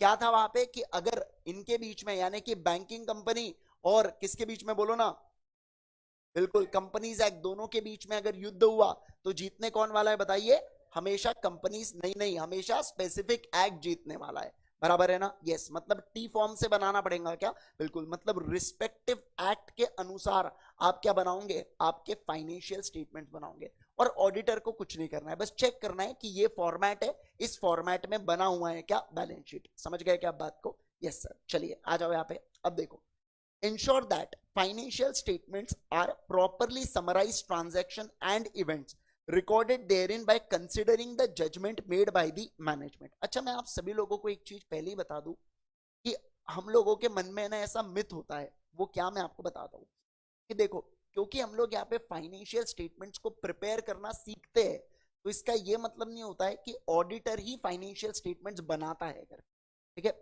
माना कि अभी आप लोग कंसोलिडेशन सीख रहे हो, आप लोग बैलेंस शीट बनाना सीख रहे हो, जर्नल एंट्री सीख रहे हो, इसका ये मतलब नहीं है कि आप सीए बनने के बाद अकाउंटिंग वाला काम करोगे। समझ रहे हैं आप बात को, आपका काम है ऑडिटिंग का, लेकिन ऑडिटिंग करने के लिए अकाउंटिंग पता तो होनी चाहिए ना। अरे आप समझ रहे हैं क्या, अगर आपको अकाउंटिंग ही नहीं पता तो क्या सही हुआ क्या गलत हुआ कैसे पता चलेगा आपको, है ना। यस, तो भली शर्मा सर बोलते हैं कि फॉर्मेट मैटर नहीं करता, बट मैटर करता है, किसके लिए बताइए, ऑडिट के लिए मैटर करता है, ठीक है ना। तो ध्यान रखना, सर बोले तो सर को बोलना, सर ऑडिट में तो करता है बोलना, मैटर बोलना भाई ना। चलो चलो ध्यान दो यहाँ पे, चलो देखो अब आ जाइए, आखिरी पैराग्राफ पढ़ेंगे, बहुत ही इजी सा पैराग्राफ है, देखिए क्या, ensure that financial statement properly summarize transaction events recorded therein by considering judgment made by management in preparation of financial statements। Sir judgment made by management का क्या मतलब होता है, जैसे देखो आप लोग जानते हो कि फीफो लगाना या वेटेड एवरेज लगाना ये किसका जजमेंट है, मैनेजमेंट का जजमेंट है। सर एसएलएम लगाना, डब्ल्यूडीबी लगाना किसका जजमेंट है, मैनेजमेंट का। इनकम टैक्स छोड़ दो, बाकी अकाउंटिंग के लिए एसएलएम लगाना, ये समझ रहे हैं आप बात को। तो इनका कहना है कि हमें ये चेक करना है कि जितने भी ट्रांजैक्शन हुए ना उसकी प्रॉपर समरी जो बैलेंस शीट पीएनएल में दिख रही है और जितने भी जजमेंट्स मैनेजमेंट ने लगाए हैं वो बराबर है क्या, ये कौन चेक करता है बोलो, ऑडिटर चेक करता है। ठीक है, अब देखो ये देखिए ये एकदम इंपॉर्टेंट एमसीक्यू के पर्सपेक्टिव है उसे। The management is responsible for preparation and presentation of financial statements, makes many judgment in the process of preparation and presenting financial statements। कौन रिस्पॉन्सिबल होता है फाइनेंशियल स्टेटमेंट्स बनाने के लिए, मैनेजमेंट। मुझे बताइए ये जजमेंट्स भी कौन लगाने वाला है, मैनेजमेंट। ऑडिटर क्या करने वाला है, सिर्फ चेक करने वाला है, बराबर है क्या, यस। अब देखो auditor evaluates selection and consistent application of accounting policy, ये आपने पढ़ा होगा कि साल ब साल आपने क्या करना चाहिए, consistent application of accounting policy रखना चाहिए। AS1 में ही आप लोग पढ़ते हो इसमें। ठीक है, अगर आप अपनी अकाउंटिंग पॉलिसी को बदलना भी चाहते हो, जो लोग नहीं पढ़ रहे मैं उनको बता दूं, देखो AS2 जैसे जैसे AS2 है इन्वेंट्री का, वो कहता है कि कॉस्ट और एनआरवी विचएवर इज लोअर पर आप वैल्यूएशन करो। ठीक है, अब आपने एक बार वैल्यूएशन किया, अब कॉस्ट और एनआरवी, तो कॉस्ट कैसे निकाला आपने, कॉस्ट फीफो से निकाला। कैसे निकाला बोलो, फीफो से। अब आपको हर साल फीफो ही यूज करना है। अब अगर AS1 क्या कहता है, अब अगर अगले साल आप क्या करना चाहते हो, फीफो से वेटेड एवरेज करना चाहते हो, तो उसके कुछ पैरामीटर्स है। क्या वो बेटर प्रेजेंटेशन कर रहा है, क्या वो आपको सहायता कर रहा है, क्या वो किसी लॉ से मैच कर रहा है क्या। तो अगर ये सब चीजें हैं तो आप चेंज करो, अदरवाइज चेंज मत करो। कंसिस्टेंट एप्लीकेशन रहने दो, किसका, अकाउंटिंग पॉलिसी का। किसका बोलो जल्दी से, अकाउंटिंग पॉलिसी का। जैसे आप पढ़ते हो ना double entry system, accrual basis पर ही आपने फाइनेंशियल्स को बनाना चाहिए, बस उसी के बारे में ये लोग बातचीत कर रहे हैं कि ऑडिटर को इवेलुएट करना है कि सिलेक्शन और कंसिस्टेंट एप्लीकेशन है अकाउंटिंग पॉलिसी का, और whether such selection is proper and whether the chosen policy is applied consistently on period to period basis। मतलब क्या, जैसे आप यहाँ पे लीफो का प्रयोग करेंगे क्या बेटा, बोलो, लीफो का प्रयोग नहीं कर सकते। और जो पॉलिसी आपने एक बार चूज की तो आप क्या करोगे, उसके बाद कंसिस्टेंट उसको अप्लाई करते रहोगे। ठीक है, अब financial statements of an entity are prepared on historical financial information basis. आओ ध्यान दो, देखो थोड़ा सा मैं आपको एक्स्ट्रा बता रहा हूं, है ना, थोड़ा सा ध्यान देना। सितंबर 25 वाले थोड़ा सा ज्यादा ध्यान देना। सुनो, बात करेंगे 24-25 के ईयर के बारे में। ठीक है, 24-25 ये जो करंट ईयर अभी चल रहा है, ये करंट ईयर के फाइनेंशियल स्टेटमेंट आप कैसे बनाते हो बेटा। ऐसा होता है क्या 31 मार्च 25 पे सीधा बैलेंस शीट बना दिए उसी दिन एकदम, नहीं। आप कब बनाते हो बेटा, बताओ मुझे जल्दी से, आप बाद में बनाते हो, बराबर है ना, यस। एक बात बता दूं मैं आपको, हर एक कंपनी को साल में एक बार AGM कंडक्ट करना होता है और उस AGM में फाइनेंशियल स्टेटमेंट्स को अडॉप्ट करना होता है। मतलब आपके पिछले साल के जो भी फाइनेंशियल स्टेटमेंट फाइनलाइज हुए हैं उसको अपने मेंबर्स को प्रेजेंट करना होता है, बराबर। उसकी एक आप ऐसा समझ लो कि ड्यू डेट जो होती है वो होती है 30th ऑफ सितंबर, बिल्कुल सही कहा। अगले साल की 30th ऑफ सितंबर यानी कि 30th सितंबर 25 तक 24-25 के फाइनेंशियल स्टेटमेंट्स को आपको क्या करना होता है, फाइनलाइज करके प्रेजेंट करना होता है। किसके पास बोलो, अपने मेंबर्स के पास। किसी को कोई दिक्कत बेटा, सितंबर 25 वालों किसी दिक्कत, आपने इन लोगों ने लॉ में पढ़ा है इसलिए मैं आपसे स्पेसिफिकली पूछ रहा हूं, क्या आपको कोई परेशानी इसके अंदर। बस अडॉप्ट करने का मतलब क्या है, कुछ नहीं, फाइनलाइज करके दे दो। अच्छा मुझे एक बात बताओ, आपने फाइनेंशियल स्टेटमेंट को फाइनलाइज कौन से ईयर का किया, जो साल बीत चुका है उसका किया या जो चल रहा है उसका किया। जो बीत चुका है मतलब आप ऐसा बोल रहे हो क्या, हिस्ट्री, अरे बोलो ना, वही होता है हिस्टोरिकल फाइनेंशियल स्टेटमेंट। क्या होता है बोलो, मतलब जो, अरे हिस्ट्री नहीं, जो साल बीत चुका है उसके फाइनेंशियल स्टेटमेंट्स को बनाना उसे बोला जाता है हिस्टोरिकल फाइनेंशियल स्टेटमेंट। और ऑडिटर स्टैट्यूटरी ऑडिट में हिस्टोरिकल फाइनेंशियल स्टेटमेंट्स का ही ऑडिट करता है। इंटरनल ऑडिट में करंट फाइनेंशियल स्टेटमेंट्स का ऑडिट करता हूं मैं, ऐसे एक्स्ट्रा बताया। ठीक है, लेकिन ऑडिट जब भी होगा हमेशा मैं किसका करता हूं बोलो, हिस्टोरिकल फाइनेंशियल स्टेटमेंट। इसको प्यार से अपन नाम देंगे HFS। क्या नाम देंगे बोलो, HFS। और आपको खास बात बताऊं, जो स्टैंडर्ड ऑन ऑडिटिंग है ना बेटा, वो हिस्टोरिकल फाइनेंशियल स्टेटमेंट्स के ऑडिट के ऊपर ही लगता है। मतलब आप ऐसा समझो कि इंटरनल ऑडिट के लिए क्या नहीं लगेगा, इंटरनल ऑडिट के लिए स्टैंडर्ड्स ऑन ऑडिटिंग नहीं लगेगा, क्योंकि वो किसका चल रहा है, करंट ईयर का चल रहा है। आप समझ पा रहे हैं क्या बात को, है ना? यस। तो देखिए मैंने क्या कहा, सर जो ऑडिट है ये किसका किया जाता है, ऑडिट किया जाता है हिस्टोरिकल फाइनेंशियल स्टेटमेंट्स का। अच्छा मुझे बताइए, अभी चल रहा है अपना 24-25, तो 24-25 के लिए हिस्टोरिकल फाइनेंशियल स्टेटमेंट्स कौन सा होगा, मतलब ये होगा 23-24 वाला। तो 23-24 के जो फाइनेंशियल्स बने होंगे वो आज अपने लिए हिस्टोरिकल फाइनेंशियल स्टेटमेंट बोले जाते हैं। अच्छा मैं आपको बता दूं कि एजीएम से पहले ही आपको ऑडिट कर लेना पड़ता है, क्योंकि एजीएम में फाइनल ऑडिट, समझ रहे हैं आप बात को, ये जो मैंने आपको रिलायंस की ऑडिट रिपोर्ट बताया ना, audit report plus balance sheet, वो सब कुछ फाइनलाइज हो हुआ के आप एजीएम में पेश कर रहे हो मेंबर्स को, बराबर है ना? यस, चलिए गो थ्रू कर लो बेटा, जितना पढ़ा सबका सब गो थ्रू कर लो।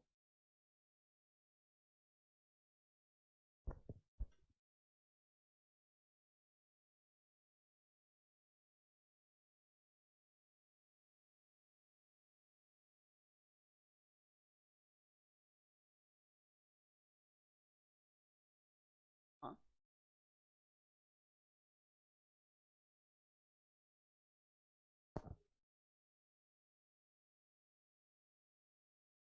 क्या बोले आप? हाँ अगर अडॉप्ट नहीं हो पर आपको फिर भेजना पड़ता है रीजंस आप नहीं नहीं आप समझे नहीं, उसमें आपको एक तो जो ये फाइनेंशियल स्टेटमेंट से ये भेजना पड़ता है वो प्रोविजनल ट्रीट किए जाते हैं, फिर जैसे ऑडिट होके फाइनल वाले भेजते हो फिर वो फाइनल माने जाते हैं, और रीजन भी आपको भेजना पड़ता है ना। मतलब यही ना, ऐसा नहीं है कि छोड़ दिया आपको, बस यही बोला कि एजीएम कंडक्ट करके जितना हुआ है उतना दे दो हमको, उसको प्रोविजनल ट्रीट कर।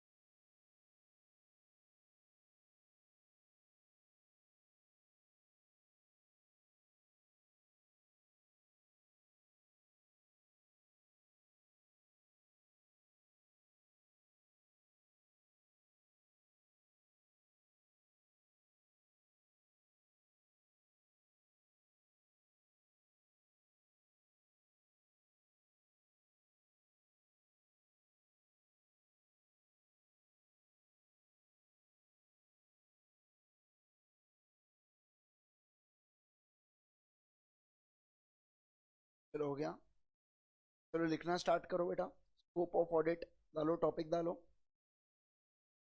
Scope of audit, scope of audit.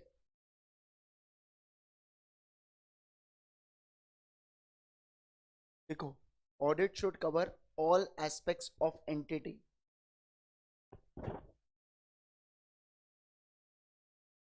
पहला point, audit should cover all aspects of entity. दूसरा पॉइंट,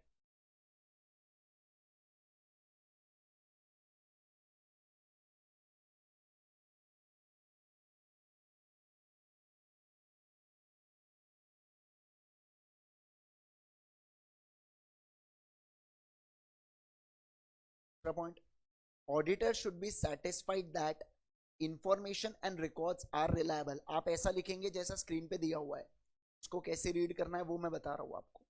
देखो, auditor should be satisfied that information and records are reliable.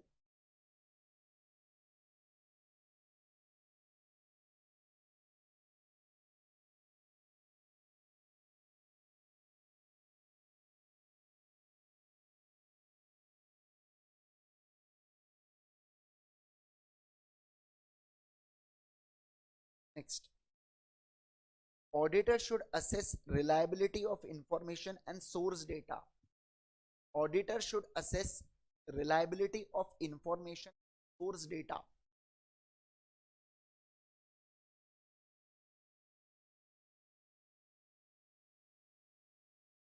To evaluate accounting and internal control system. Arrow डाल के evaluate accounting and internal control system.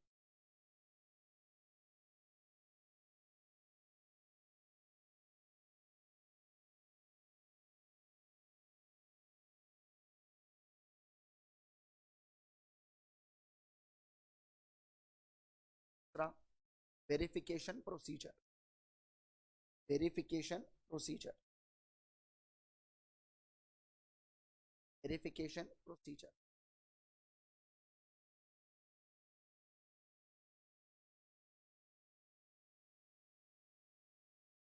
Next लिखो बेटा, auditor auditor should ensure that financial information are properly disclose. देखो ऐसा auditor arrow डाल के financial information are properly disclosed.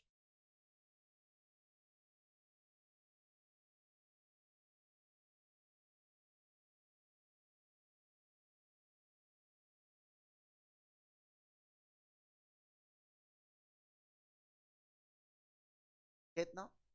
Next लिखो, verified disclosure. Verified disclosure पहला, compare FS with records. Compare FS with records. FS का मतलब क्या होता है बेटा? Financial statement. Comparing FS with records. और दूसरा, considering judgments made by management. considering judgments made by management. Considering judgments made by management.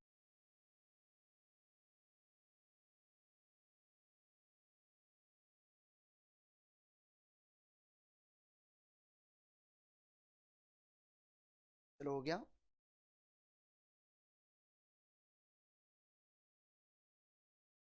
Next तो लिखो, auditor should perform duties accordance with competence. Auditor should perform duties in accordance with competence. Accordance with competence.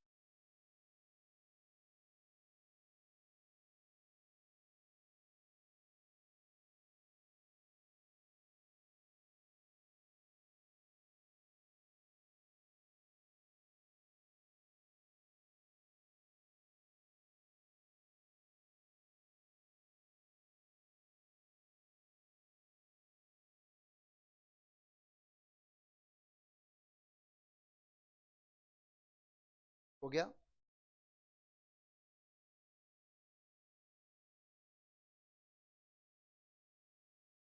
चलो done है क्या?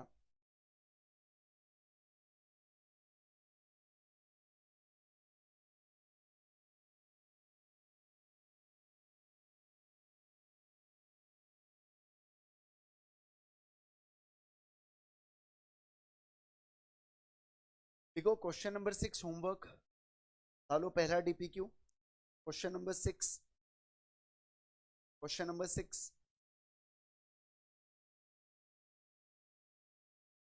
DPQ 1.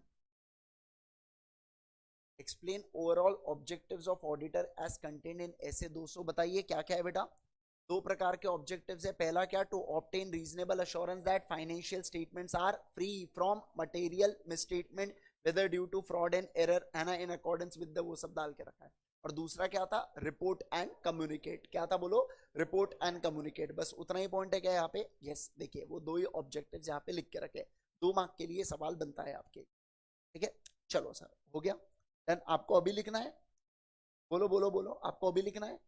मतलब 3 minute है तो मैं सोच रहा हूँ नया कंसेप्ट तो नहीं पढ़ाता, फिर अभी लिख लो ना, फिर घर पे क्यों करना है आपको? लिख लो अभी, फिनिश कर दो फटाफट.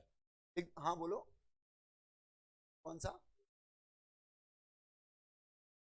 नहीं 7th वाला मत लिखो, मैं बाद में लिखूँ इसलिए तो. कौन सा चाहिए बेटा आपको? Evaluate accounting and internal control system.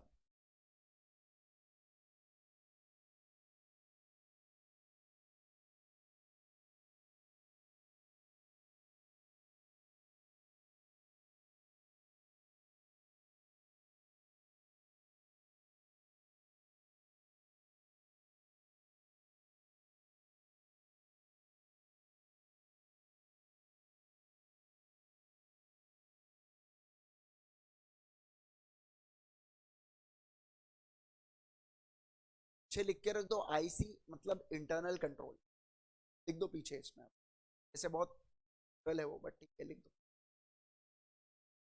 किसी को कोई डाउट है पूछो अभी, कोई भी सवाल किसी को?